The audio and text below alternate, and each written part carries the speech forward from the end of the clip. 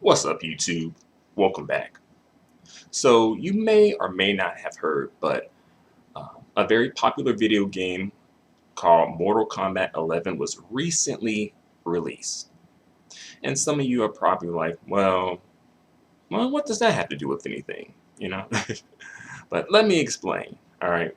So, Mortal Kombat 11 was recently released, and a character in the video game named Jax, he has an ending within the game that some would probably consider to be pro-black. And this pro-black ending for the video game character Jax in Mortal Kombat 11 has some people upset. And you can imagine the type of people who are upset over this ending. I'm going to show the ending, and I'm going to come back and give you the rest of my commentary. But before I show you the ending, I just want to give a brief setup and backstory of the theme for Mortal Kombat 11. All right. So for Mortal Kombat 11, the theme of the video game is time travel and being able to change the past to affect the future. So when you beat the video game with Jax, Jax has the opportunity to change the past in order to alter the future. All right. So with that in mind, here is the ending. All I wanted was to fix my life. Now I have the power to fix history. Raiden warns me, I can't fix everything. Change too much and I could lose Vera, lose Jackie. But this power is bigger than us. If I think only about helping myself, what kind of officer am I? What kind of man? I've been lucky. My family and I have lived the American dream. But most people who look like me haven't had that chance. I owe it to them to put things right. And I'm not waiting centuries for people to get woke when I've got the power to speed things up. I don't get it right the first time, or the second, or even the third. But eventually, I knock it out of the damn park. My family's back. The world's a better place for everyone. Turns out, you can have everything. Anyone who says you can't needs to dream bigger. All right. So what did you think? Did it offend you? Me personally, I definitely like the ending. I think it's a great ending. And did you pick up on what Jack said in the ending about he's not going to wait centuries for people to get woke? You know what I mean? He ain't going to wait centuries for the 13th Amendment to pass. He's not going to wait centuries for civil rights legislation. Fuck that. Like, he's going to rescue and deliver his people on his own without a white savior too. He's going to take freedom and liberation like a real black man should, like a real black king does, and he don't give a fuck who likes it. But see, it wasn't really like that in the ending though. He was kind of like, also, respectable, right? He wasn't on some Malcolm X stuff, you know. But just imagine if he was, though.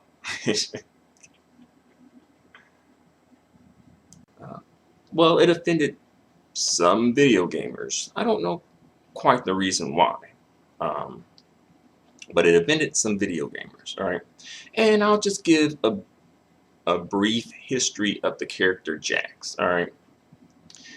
So Jax, as a character in Mortal Kombat, has been around since 1993, since the second Mortal Kombat, All right, so he's been around for a while, and he's always more or less has been like the token black guy in the Mortal Kombat story.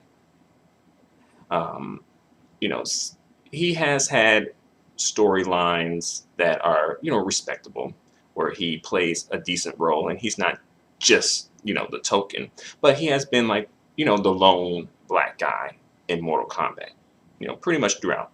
And as well, he's been featured in probably the majority of Mortal Kombat games too. And in fact, actually, the creators of Mortal Kombat put him specifically in the game, partially at least to add some diversity to the cast. Um, the original actor who played his character back when they used to digitize the graphics, John Parrish, had spoke on that. And so I want to know, what was that process like? How did you get casted for that role? How did that go down? Well, unlike some of the other characters, I didn't have to audition for it. At Lakeshore Athletic Club is where I was a personal trainer. Danny and Rich DeVizio, Carlos, they were all there, and Tony Marquez, they all worked out, and they were already working on Mortal Kombat 1. And when they brought in the cabinet, the first demo, they asked me how was it, and I was playing the game. I said, "Oh man, this is cool," except for there are no brothers in the game. And it was the joke, and 2 weeks later they came up with a sketch of Jax, and I said, "Who is that?" And they said, "You, if you want it." I'm like, "Really? Do I get paid?" He said, "Yep, I'm in." And that's kind of how it all started. And I'll say that this particular ending, this particular variation of Jax, it's probably the first time I've ever seen or heard Jax acknowledge his blackness within the Mortal Kombat universe and within the story. Because, like, we know that he's black, of course, right? And, as well, like, some of his, like his vocal tone, the cadence of his voice, as well as maybe even some of the words he says, has like, quote unquote black influence, right? But I will say, like, this is the first time like Jax has, within the universe of Mortal Kombat, has, acknowledged being a black man. All right.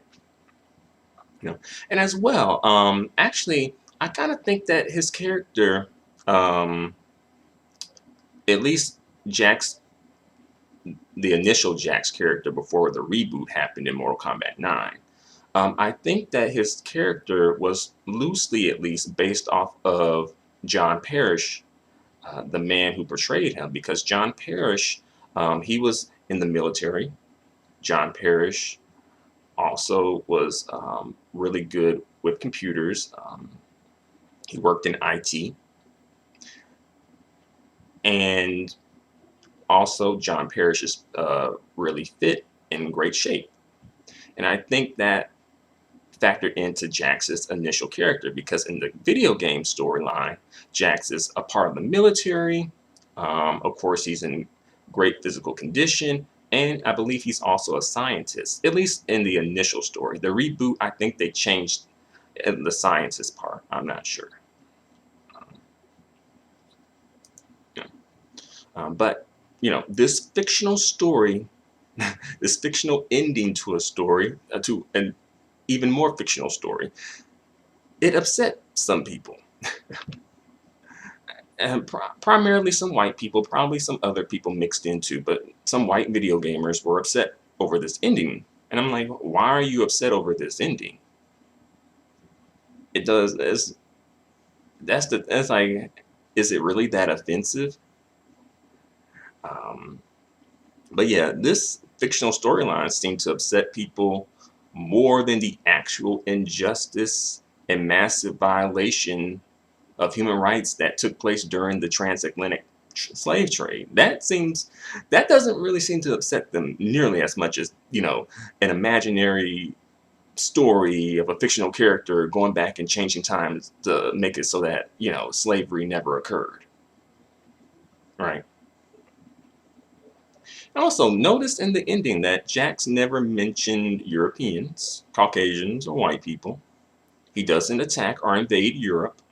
He simply stops the transatlantic slave trade from happening and makes Africa a beautiful, thriving continent, seemingly based on the ending, right?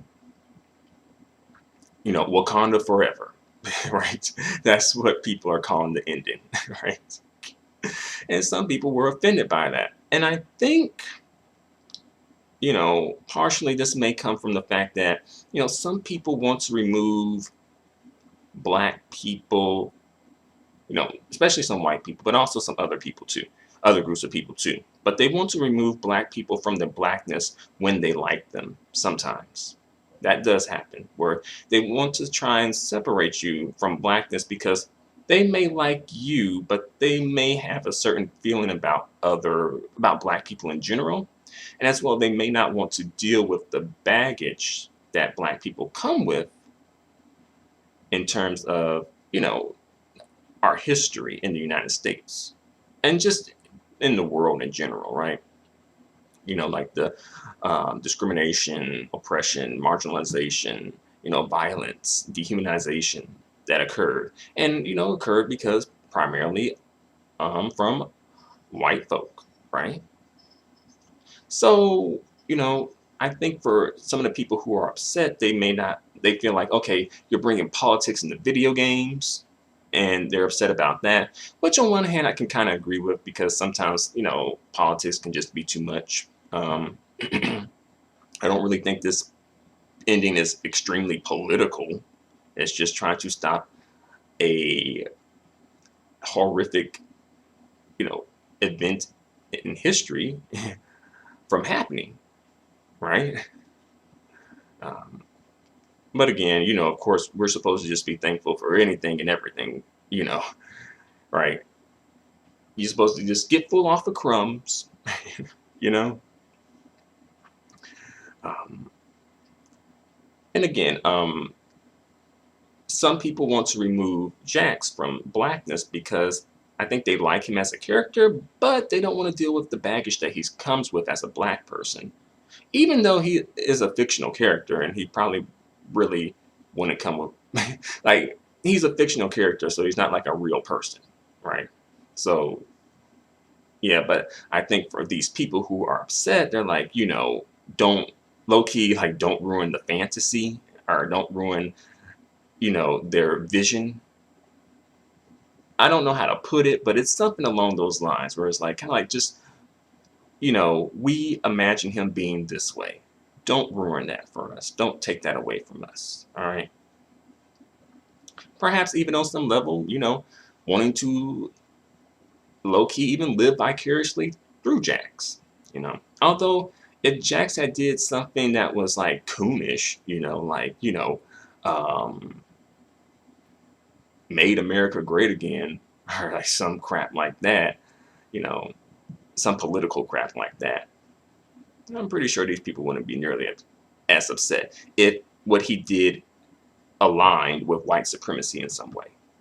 There wouldn't be any people upset. The same people who are upset would not be upset, right? If he just cooned out in his ending. You know.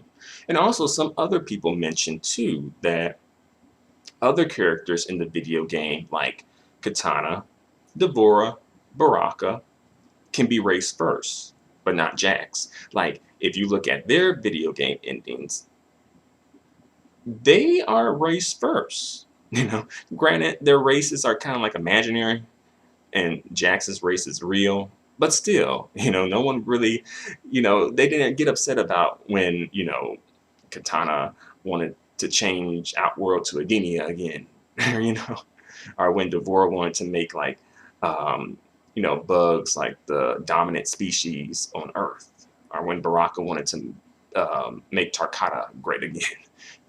Nobody upset about that, right? But you know, these folks like, oh, it's too political.